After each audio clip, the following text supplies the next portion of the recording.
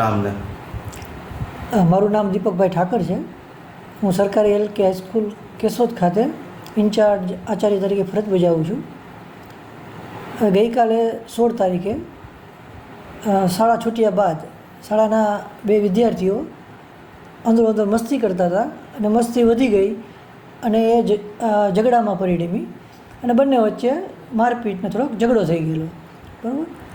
પછી ત્યારબાદ ઘટનાની જાણ થઈ કે આ રીતે વિદ્યાર્થીઓ વચ્ચે પ્રોબ્લેમ થયેલ છે.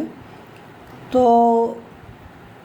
બંને વિદ્યાર્થીઓના વાલીને બોલાવવામાં આવ્યા શાળાએ અને નજીકમાં જ પરીક્ષાઓનો માહોલ છે, બોર્ડની એક્ઝામ છે, તો બંનેને સમજાવવામાં આવ્યા અને બંને પાસે માફીપત્ર લખાવવામાં આવ્યું કે હવે પછી આવી કોઈ મસ્તી કરી કે કોઈ પણ જાતના ઝઘડા નહીં થાય એની બાંયધરી લેવામાં આવી અને બંનેની સાથે બંનેના વાલીઓ પણ હતા અને એમણે પણ ખાતરી આપી કે હવે આવું શાળામાં કે શાળાની બહાર ક્યાંય થશે નહીં.